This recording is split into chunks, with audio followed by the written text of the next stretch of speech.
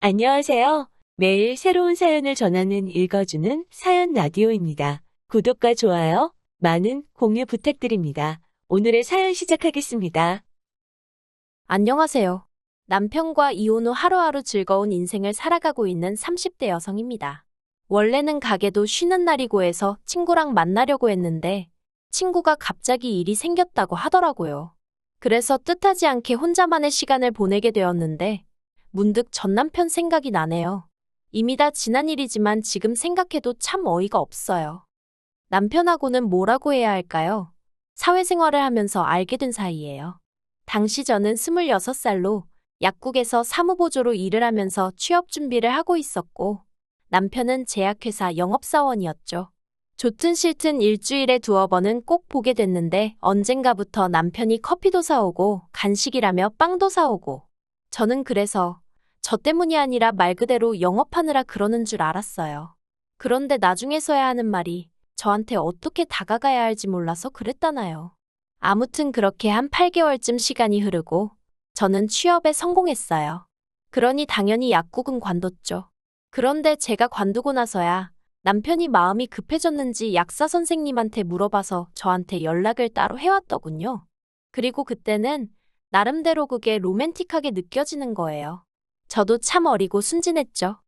이후로 저희는 1년 정도 길다면 길고 짧다면 짧은 연애를 마치고 결혼까지 하게 되었습니다. 그때 제 나이가 28이었으니 솔직히 결혼이 급하진 않았는데 당시 저희 친정 상황이 그다지 좋지가 않았어요. 그리고 제가 사회생활을 늦게 시작했다 보니 모아둔 돈도 많지가 않았죠. 그런데 남편에게 프로포즈를 받았을 때 이 사실들을 얘기하니까 괜찮다고 하는 거예요. 상관없다면서 돈이야 앞으로 살면서 모아가면 되는 거 아니겠냐고요. 아, 이 사람이라면 평생 믿고 의지하며 살 수 있겠구나 싶대요. 그래서 남편이 1억 4천짜리 빌라를 해오고 제가 3천만 원으로 혼수를 채워넣고 그렇게 결혼 생활을 시작했습니다. 그런데 저희 결혼 생활에 생각지도 못한 복병이 있었으니 그건 바로 시어머니도 아니고 신우였어요. 사실 어머님은 결혼 전부터 저한테 크게 뭘 요구하시지도 않고 바라시는 게 없으셨거든요. 오히려 당신 아들이 성격이 까탈스럽고 그런데 저 같은 참한 아가씨를 데려와서 좋다고 하셨죠.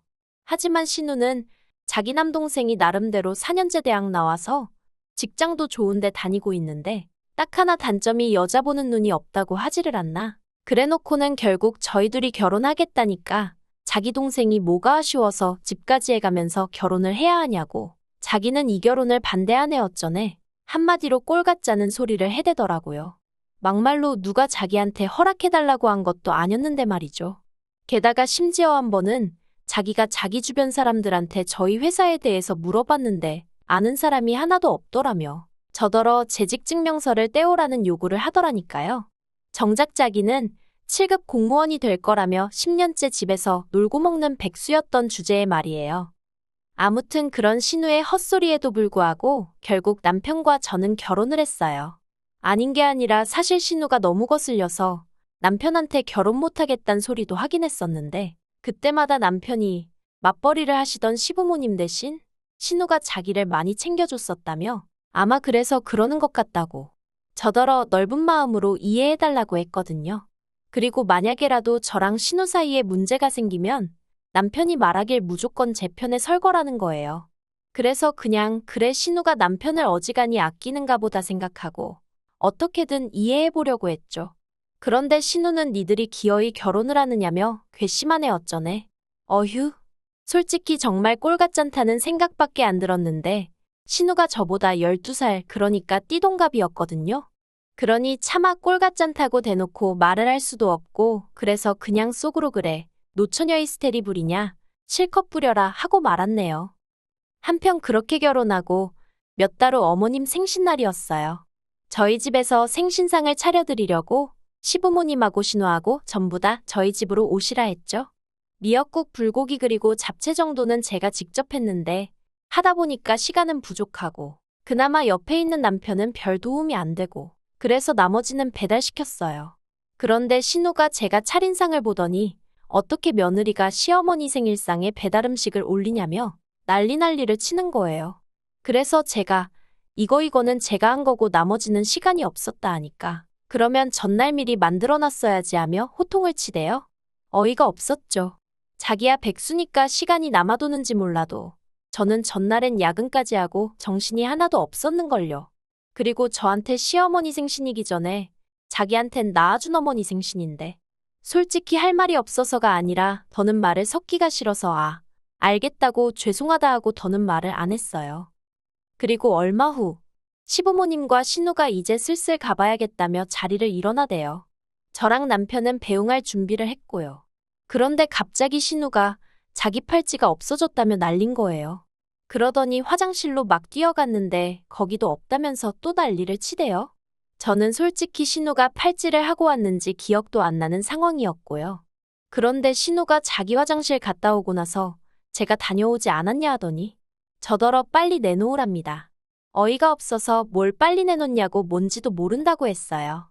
그랬더니 신우가 진짜 그러는 거 아니라면서 지금 돌려주면 자기가 문제 삼지 않겠지만 자기가 뒤져서 찾으면 경찰에 신고할 거래요.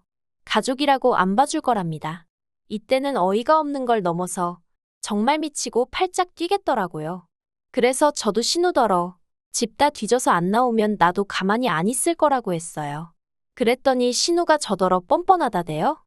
그런데 그때 아버님이 주머니에서 주섬주섬 뭘 꺼내시더니 혹시 이거냐 하셨습니다. 팔찌였어요. 아버님 말씀이 신우가 먼저 걸어가면서 떨어뜨리길래 이따 준다고 주우셔놓고 깜빡하셨다면서 그리고는 아버님이 신우더러 얼른 저한테 사과하라 하시니까 신우가 하는 말이 가관이었습니다. 저희 친정 형편이 어렵다고 했던 게 기억이 나서 순간 오해를 했다나요? 이건 또 무슨 개소린가 싶은 게 한마디로 제가 가난하니까 남의 물건에 손을 댔을 거라고 생각했다는 거잖아요. 그래서 신우더러 말 그따위로 하지 말라고 했어요. 그러자 여지껏 가만히 계시던 어머님이 아무리 그래도 신우가 윗사람인데 저더러 말을 함부로 한다며 저부터 먼저 신우한테 사과를 하라대요. 팔은 안으로 굽는다더니. 그래서 그 일로 제 딴에는 정말 잘해보려고 만든 자리였는데 신우하고는 물론이고 시부모님과도 사이가 틀어졌어요. 제 나름대로 시부모님은 그래도 경우도 있으시고 좋은 분들이라고 생각했기 때문에 실망이 더 컸죠. 그리고 이후로 시댁과는 대면대면한 사이를 유지하면서 지냈습니다. 명절이나 시부모님 생신 정도에만 찾아뵙고 신우 생일 같은 날은 남편 혼자만 보내고 그랬어요. 그러나 중에 딸아이를 낳으면서 일하랴 키우랴 생활이 바빠지기도 했고요. 또 달라진 게 있었다면 제가 다니던 회사를 관두고 친정아버지 식당 일을 돕게 되었네요. 앞서 제가 결혼 당시에 친정 형편이 좋지 않았다고 얘기했는데 그게 무슨 말이냐면 사실 아버지께서 작은 식당을 하셨는데 장사가 너무너무 안 됐어요. 친정아버지 딴에는 어떻게든 살려보신다고 사시는 아파트를 담보로 대출까지 받은 상황이라 정말 말도 아니었네요.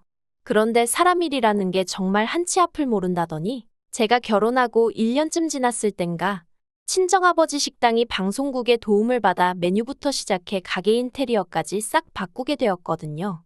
그리고 이후로 정말 놀랍게도 전국 각지에서 손님이 몰려오기 시작하는 거예요. 심지어 어떤 대기업에선 협업 제안도 해왔고요. 아무튼 그러면서 친정아버지가 저에게 도움을 요청하셨고 저도 250주는 회사보단 친정아버지랑 일하는 게 몸도 마음도 편하겠다 싶어서 같이 하게 되었습니다. 그리고 이후로 친정아버지가 매달 400에서 450씩 챙겨주셨고 그러니 당연히 돈도 전보다 많이 모이겠거니 싶었습니다. 그런데 남편에게 한 번씩 물어보면 생각보다 돈이 모여있질 않는 거예요. 이상했죠.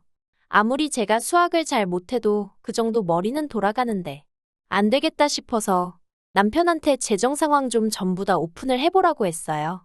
이때만 해도 경제권이 남편에게 있었거든요. 그런데 남편이 그냥 무턱대고 걱정할 거 없다. 자기가 다 알아서 관리하고 있다 하며 얼렁뚱땅 넘어가려고 하는 게 여자의 촉이라고 해야 할지 딱 뭔가 있다는 감이 오대요. 그래서 이제 남편하고 말 그대로 대판 싸웠습니다. 까라고 왜 못 가냐고 혹시 도박했냐 아니면 여자 생겼냐. 그러자 남편이 한다는 말이 실은 신우에게 돈을 좀 빌려줬답니다. 정말 그 말을 듣는 순간 화가 머리끝까지 올라오더라고요. 내가 신우를 얼마나 싫어하는지 알면서 어떻게 나랑 상의도 없이 신우한테 돈을 빌려줬나 싶은 게 배신감까지 느껴졌달까요? 금액도 한두 푼도 아니고 자그만치 2천이었어요. 아니, 백수신호 뭘 믿고 2천이나 빌려줬냐고 제가 악을 썼습니다. 마음 같아선 진짜 애아빠만 아니면 머리털을 다 잡아뜯어놓고 싶은 심정이었죠. 나는 아침부터 밤까지 불 앞에서 땀 뻘뻘 흘려가며 음식하고 손님들 앞에서 속도 없는 모마냥 헤헤거려가며 장사해서 벌어오는 돈인데 그걸 상의도 없이 신우한테 빌려줬다는 게 생각할수록 괘씸하고 분하대요. 그래서 남편더러 당장 2천 받아오라고, 안 그러면 이혼이라고 했어요. 그랬더니 남편이 신우가 공무원 시험 합격만 하면 대출을 받아서라도 주겠다 했다며 저더러 좀 기다려주자는데 막말로 10년 동안 못 붙은 공무원 시험을 이번엔 붙는다는 게 말이 되나요? 제가 남편더러 다 필요 없다고 당장 2천 받아오라 했습니다. 그러자 남편이 어떻게 그러냐면서 악을 썼다가 안 되겠다 싶으니까 사정을 했다가 그리고 결국 한 일주일 만에 이게 최선이었다면서 600만 원 받아오대요. 그리고 그 일을 계기로 저는 남편에 대한 신뢰감을 완전히 상실하게 되었고 경제권도 뺏어왔습니다. 사실 남편이 경제권을 가지고 있던 건 결혼할 때 남편이 저보다 많이 해온 것도 있었고 월급도 비록 몇십만 원이었지만 저보다 많이 벌어왔기 때문이었는데 따지고 보면 자기가 하자고 든 결혼이었고 집도 자기 명인데 저랑 무슨 상관인가 싶고 월급도 이제 제가 남편보다 훨씬 많은 상황이었으니 남편도 뭐라 반박을 못하고 순순히 내놓았죠. 그리고 그때부터 돈 관리도 각자 하기 시작했네요. 그런데 작년 이맘때쯤 저와 남편이 이혼을 하게 된 결정적인 사건이 벌어졌습니다. 그건 바로 신우의 연애 때문이었어요. 아니, 작년 봄이었나. 언젠가부터 신우가 혼자 콧노래를 부르고 아주 그냥 꼴값을 떨더라고요. 그리고는 뭐 한다는 말이 요새는 연하남을 만나는 여자가 진짜 승자라느니 어떻다느니. 그래서 저는 속으로 연하남이고 나발이고 시집이나 가라 생각했는데 알고 보니까 저랑 동갑인 신우랑은 띠동갑인 남자친구가 생겼다는 거예요. 황당하고 어떤 미친 엑스인가 싶고 이건 뭐 부러운 게 아니라 말 그대로 진짜 기도 안 찼어요. 그래서 제가 남편더러 어디서 사기꾼한테 속은 거 아니냐니까 남편이 저더러 심보가 왜 그렇게 고약하냐면서 핀잔을 주대요. 하지만 세상 사는 게 무슨 드라마도 아니고 제가 신우를 싫어해서 더 그렇게 느꼈을 수도 있지만 아무리 생각해도 납득이 안 되더라고요. 신우 말로는 키 183에 사업하는 남자라는데 그렇게 잘난 남자가 왜 12살이나 많은 백수 신우를. 하지만 이런 얘기를 할 때마다 남편은 제가 신우를 질투한다는 둥, 자격지심이라는 둥. 그래서 제가 남편더러 신우더러 조심하라 하라고 그리고 그 말을 마지막으로 더는 이러쿵저러쿵 말을 안 했네요. 그런데 아니나 다를까 그 얘기 나오고 2달이나 지났나? 신우가 남편한테 연락을 해왔답니다. 자기 남자친구 그러니까 신우가 사귄다는 연하남 사업자금에 뭐 문제가 생겨서 계좌가 동결이 됐다나 어쨌다나 하며 급하게 1억이 필요한데 그 돈을 좀 해달라고 하더래요. 그리고 멍청한 저희 남편이 그 말을 그대로 믿고는 저한테 빨리 1억 좀 만들어 달라는데 미쳤나 싶더라고요. 일단 1억이 있지도 않았고 아니 신우랑 결혼을 한 것도 아닌데 그걸 왜 우리가 도와주냐고 안 된다 했죠. 그랬더니 남편이 이번 일만 해결되면 둘이 결혼한다고 하더라며 자기 누나가 드디어 운명의 반쪽을 만났다고 저렇게 좋아하는데 어떻게 한 가족이 돼서는 모른 척하느냐고 우리가 도와주자며 계속 고집을 부리는 게 아니겠어요? 보다 못한 제가 냄새가 난다고 사기라고 무슨 사업체가 뭘 했길래 자금이 동결이 되고 1억 같은 소리 한다고 이러쿵저러쿵 설명하기도 귀찮았지만 구구절절 설명하며 안 된다고 했어요. 하지만 남편도 뭐에 눈이 돌아간 건지 갑자기 난데없이 자기는 결혼할 때 집 해왔는데 저더러 너는 뭐 해왔냐면서 그때 못 해온 거 지금 돈으로 달랍니다. 참나, 무슨 이런 인간이 다 있나 싶대요. 그래서 그렇게 못하겠다니까 그럼 저희 친정 부모님한테 자기가 직접 얘기를 해야겠다는 거예요. 그리고 그 소리까지 들으니 이 인간이 미쳐도 단단히 미쳤구나 싶은 게 그래서 제가 그렇게 하기만 해보라고 그랬다간 이혼이라니까. 저더러 툭하면 이혼 타령하는 거 지겹지도 않냐면서 빈정거리는 거예요. 이혼하면 여자만 손해라면서요. 아, 정말 안 되겠구나. 그래서 제가 정말 구제불능이구나 하고는 이혼하자 했습니다. 정말 내 손엔지 한 번 두고 보자고요. 그리고 신우한테 고맙다고 해야 할지 신우는 자기 때문에 동생 내부부가 이혼 소리까지 나온 걸 알면서도 그저 빨리 돈 내달라는 소리만 해대고, 그러니 남편도 마음이 급해졌는지 집 한다고 내놓고 이혼 조정 신청하고 작정하고 달려드니까 딱 3달 걸리대요. 그나마 그 빌라도 집이라고 쬐금 올라서 1억 6천엔가 팔았는데 제가 5천 갖고 나머지는 남편이 가져갔어요.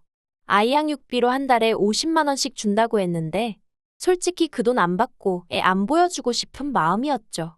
하지만 법이 그렇게는 안 된다니 어쩔 수 없이 한 달에 한 번씩 만나게 되었는데, 이혼하고 처음 2~3번 만날 때는 허파에 바람이라도 든 사람 마냥 싱글이 되니까 여자가 꼬이네. 지 매형될 그 연하남이 조만간 사업이 정상화되면 한 자리 주기로 했네. 별 헛소리를 짓거리고 난리더군요. 그러면서 저더러 후회하지 이러면서 빈정거리고. 그런데 올해 초부터 볼 때마다 살이 쭉쭉 빠져있질 않나. 얼굴은 죽상을 하고 있고. 그러더니 급기야 2~5달 전에는 제 앞에서 무릎 꿇고 울대요. 자기 좀 살려달라나 어쩐다나. 그래서 제가 왜 그러냐니까 한다는 말이 그 연하남이 연락이 안 된다면서, 사업장이라는 데도 찾아가 봤는데 그런 사람은 없다고 하고, 미치겠다면서, 심지어 투자를 하면 지분이 어떻고 해서 그 말에 혹해 회사까지 때려치고 퇴직금 고스란히 거기다 안겨줬답니다. 그래서 제가 신우는 뭘 하냐니까, 신우도 알아놓았다면서 지금 자기네 집 줄초상 치르게 생겼다고, 자기가 지금 기댈 사람이 저밖에 없다면서. 진짜 제정신인가 싶은 거예요. 그래서 됐다고 내가 똥통에 같이 빠져 죽을 일 있냐 했습니다. 사람이 말할 때는 귓등으로도 안 듣더니 이제 와서 왜 이러냐고. 싫다고 했죠. 어우, 어찌나 징글징글한지. 마음 같아선 친정아버지 가게만 아니면 어디로 딸 데리고 꽁꽁 숨어버리고 싶은 심정이네요. 누가 저더러 그래도 애아빠인데 한 번쯤 기회를 다시 주는 건 어떻냐고 묻던데, 애아빠가 뭐 대수인가요? 그런 생각 없고 무책임한 아빠는 차라리 없는 게 낫다고 봅니다. 긴 이야기 들어주셔서 감사합니다. 오늘의 사연은 여기까지입니다. 구독과 좋아요, 알람 설정해주시면 앞으로 더 좋은 사연으로 찾아오겠습니다. 감사합니다.